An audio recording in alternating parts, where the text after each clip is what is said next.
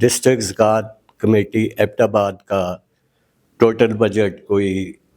4.5 کروڑ روپے کے قریب ہے. 40 لاکھ کے قریب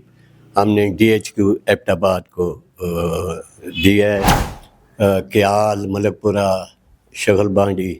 میں ان سے ریکویسٹ کرتا ہوں کہ ان کو اگر زکوٰۃ کے مد میں جو پیسے چاہیے تو وہ direct D H Q hospital Abbottabad میں جائیں. بسم اللہ الرحمن الرحیم. جی ناظرین، آپ کا میزبان محمد طارق یوسف آپ کی خدمت میں حاضر ہے. آج میری خوش قسمتی کہ آج میں جس شخصیت کے ساتھ اور جن کے دفتر میں بیٹھا ہوں ان کو اگر میں ان کے سابقہ رول اور سابقہ سوسائٹی کے حوالے سے، ان کی ایکٹیویٹیز کے حوالے سے کہوں تو وہ he was an out standing and excellent. وہ ڈسٹرکٹ اسپورٹس آفیسر رہے تو انہوں نے ایبٹ آباد میں کھیلوں کو پروموٹ کیا، نوجوان کھلاڑیوں کو آگے لائے اور ان کھلاڑیوں کو سامنے لائے جن کا ماضی میں کوئی آگے آنے کا چانس نہیں تھا. آج میرے ساتھ بطور چیئرمین ڈسٹرکٹ زکوٰۃ کمیٹی وہ موجود ہے طارق محمود بھائی. Sir, I am thankful to you, آپ کا مشکور ہوں کہ آپ نے ہمیں وقت دیا. سر، سب سے پہلے تو یہ جاننا چاہوں گا،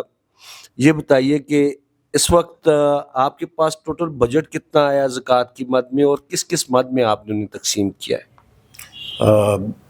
بسم اللہ الرحمن الرحیم.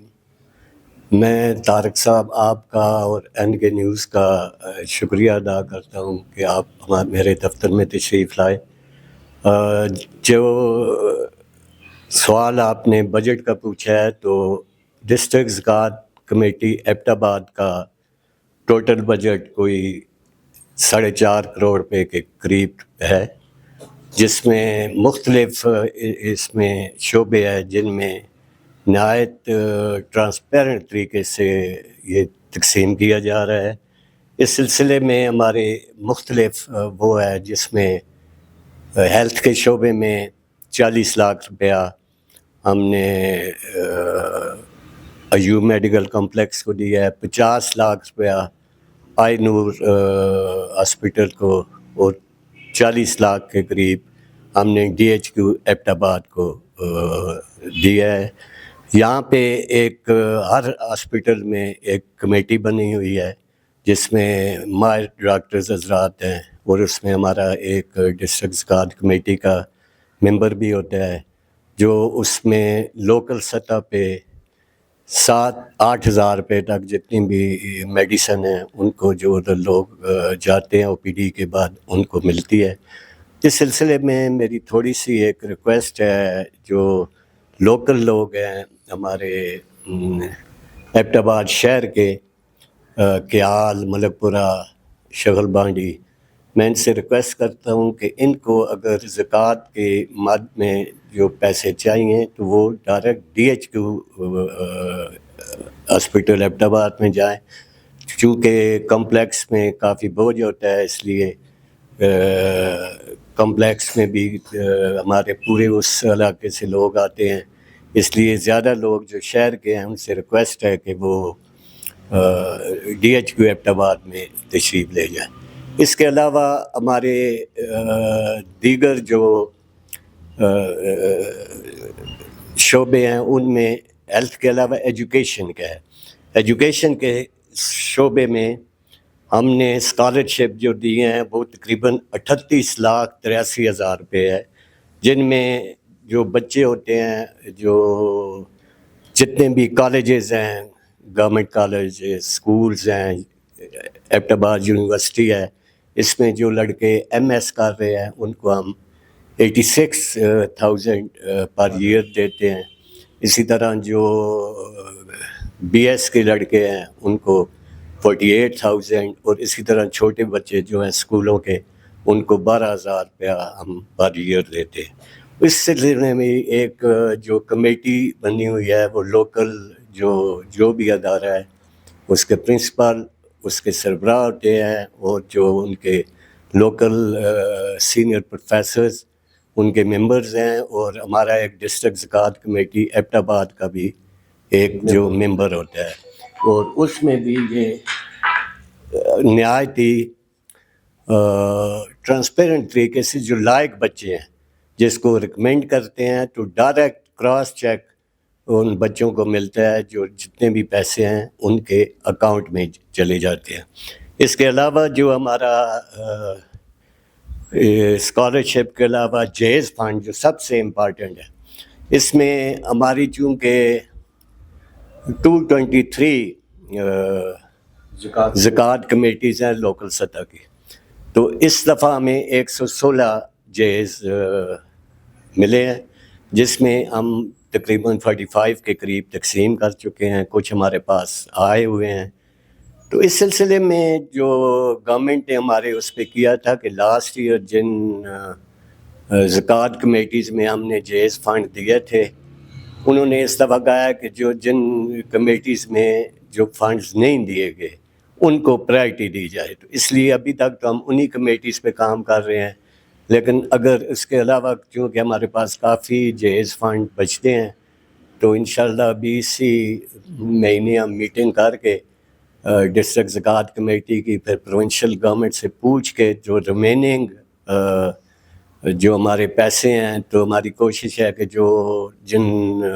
زکوٰۃ کمیٹیز میں لاسٹ ایئر ہم نے پیسے تقسیم کیے تھے ان میں بھی ایک کیس ہم دوبارہ سے کریں، تاکہ ہماری جو مستحق بچیاں ہیں ان کو ایک گورنمنٹ کی طرف سے ایک ہینڈسم اماؤنٹ ہے ان کی شادی میں مدد کے لیے مل سکے۔ طارق صاحب، اس سلسلے میں آپ کو یہ بتاتا چلوں کہ یہ جتنے بھی ہمارے زکوٰۃ کے جو ابھی پیسے دیے جا رہے ہیں، اس میں کسی قسم کا ابھی انوالومنٹ نہ ہی لوکل چیئرمین کی رہی ہے، نہ ہی ڈسٹرکٹ چیئرمین کی ہے، نہ ہی کسی ممبر کی ہے۔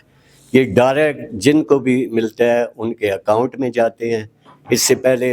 لوکل یا کسی چیئرمین کو وہ جاتے تھے، اب وہ چیز نہیں ہے۔ اب ڈائریکٹ جو ہے جتنے بھی یہ بچیاں ہیں یا جو اسٹوڈنٹس ہیں، ان کے ڈائریکٹ اکاؤنٹ میں یہ پیسے جاتے ہیں، تو اس لیے جو سب سے زیادہ ٹرانسپیرنسی بہت زیادہ ہے، جس میں یہ گورنمنٹ کا بڑا اچھا وہ ہے کہ جہاں پہ ایبٹ آباد میں بھی جو کیسز ہمیں آتے ہیں وہ ہم پشاور بھیجتے ہیں۔ پشاور میں یہ ساری چیزیں سسٹم کے اندر چلی جاتی ہیں، اور اس کے بعد پھر سسٹم اگر کسی قسم کا کہیں سے وہ بے نظیر انکم سپورٹ سے یا کسی کوئی پینشن لے رہا ہے یا کوئی، اس کو خود بہت سسٹم جو ہے وہ ڈراپ کر دیتا ہے۔ اس کے علاوہ دو چیزیں ہیں، ایک ہمارا روشن مستقبل کارڈ ہے،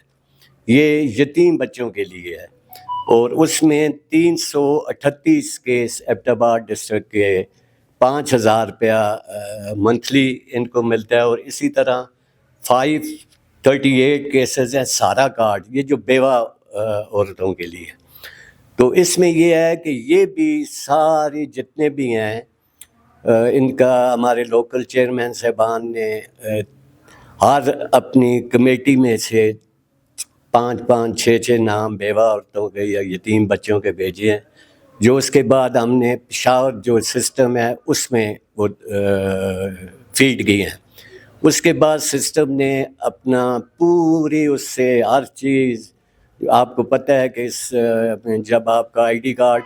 سسٹم میں فیڈ ہوتا ہے تو اس کے بعد اس میں ہر قسم کی ڈیٹیل آ جاتی ہے۔ تو اس کے بعد یہ ہم نے کوئی 800 کے قریب کیسز بھیجے، جن میں سے یہ 500-550 کلیئر ہوئے ہیں۔ تو اب ان یہ جو بیوہ ہماری بہنیں ہیں، ان کو بھی جو ہے ان کے اکاؤنٹ میں بائی میٹرک کے ذریعے ان کا اکاؤنٹ کھولا گیا، اور ابھی یہ ڈائریکٹ 5,000 روپیہ ہر مہینے ان کے اکاؤنٹ میں، چاہے یہ ایزی پیسہ کے ذریعے نکالے یا ATM کے ذریعے نکالے، ان کو وہ اس سے ملتا ہے۔ سیم پوزیشن جو ہے یہ جو ہماری یتیم بچے ہیں، ان کے بھی جو یتیم بچوں کے کوئی چچا ہے، ماموں ہے یا ان کی والدہ ہے، ان کے اسی طرح پہلے اس سے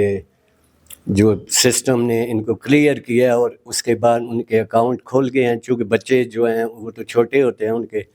پرسنل اکاؤنٹ تو نہیں کھول سکتے، جو بھی ان کا گارڈینز ہوتے ہیں ان کے اکاؤنٹ کھول کے ان کو بھی ڈائریکٹ ان کے اکاؤنٹ میں پیسے جاتے ہیں.